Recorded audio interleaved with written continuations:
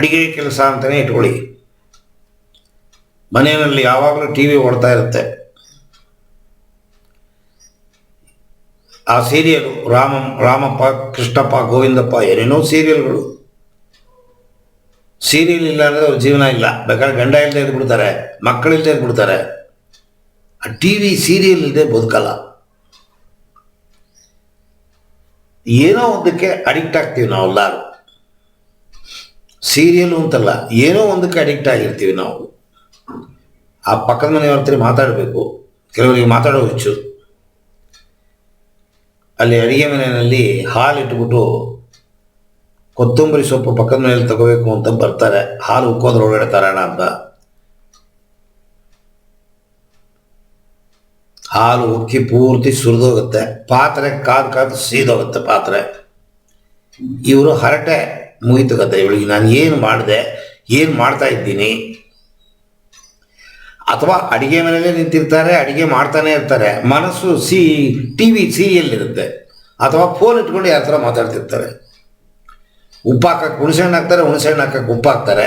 ಅಥವಾ 2 ಸತಿ ಉಪ್ಪು ಹಾಕ್ತಾರೆ, 4 ಸತಿ ಹುಣಸೆಹಣ್ಣು ಹಾಕ್ತಾರೆ. ಏಕಾಗ್ರತೆ ಇಲ್ಲ. ಆಫೀಸಲ್ಲಿ ಕೂಡ ಹಂಗೇನೆ. ತಲೆ ಒಳಗಡೆ 48 ವಿಚಾರಗಳಿಟ್ಕೊಂಡು ಕಾರ್ ಸಾಲ, ಮನೆ ಸಾಲ, ಚಿನ್ನದ ಸಾಲ, ಆ ಸಾಲ, ಈ ಸಾಲ, 28 ಸಾಲಗಳು.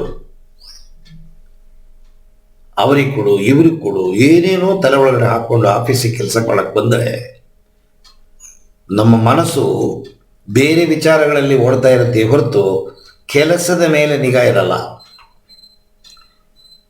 ಆ ಕೆಲಸದ ಮೇಲೆ ನಿಗಾ ಬರಬೇಕು ಅಂದರೆ ನೀವು ಮಾಡಿರೋ ಸಾಲನ್ನು ತೀರ್ಸೋಕ್ಕಾಗಲ್ಲ.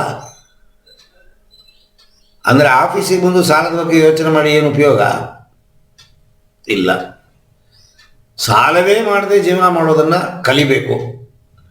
ಮಾಡಿಬಿಟ್ರೆ ಆಫೀಸಲ್ಲಿ ಕೂತ್ಕೊಂಡು ಮಾಡಿದ್ರೆ ಕೆಲಸ ಹೊರಟೋಗುತ್ತೆ ಗುಣೆಗೆ. ತಪ್ಪ ಕೆಲಸ ಮಾಡಿದ್ರೆ ಯಾವ ಮ್ಯಾನೇಜರ್ ಇಟ್ಕೊತಾನೆ ನಮ್ಮನ್ನ? ವಾರ್ನಿಂಗ್ ಕೊಡ್ತಾರೆ, ಮೆಮೋ ಕೊಡ್ತಾರೆ, ಎಲ್ಲ ಮಾಡ್ತಾರೆ. ಸುಮಾರು ಜನ ನನಗೆ ಫೋನ್ ಹೊಡಿತಾರೆ, ಗುರುಗಳೇ ನಾನು 10 ವರ್ಷದಿಂದ ಧ್ಯಾನ ಮಾಡ್ತಿದ್ದೀನಿ, ಏನು ಅನುಭವವೇ ಆಗ್ತಾ ಇಲ್ವಲ್ಲ. ಏನೋ ಕಾಮಾಗಿರುತ್ತೆ ಮೈಂಡ್ ಅಟ್ಟೆ ಹೊರತು ಏನು ನೀವು ವಿಡಿಯೋಲಿ ಹಾಕಿದ್ದೀರಲ್ಲ ಆ ಥರ ಏನು ಅನುಭವ ಇಲ್ಲ ನಮಗೆ.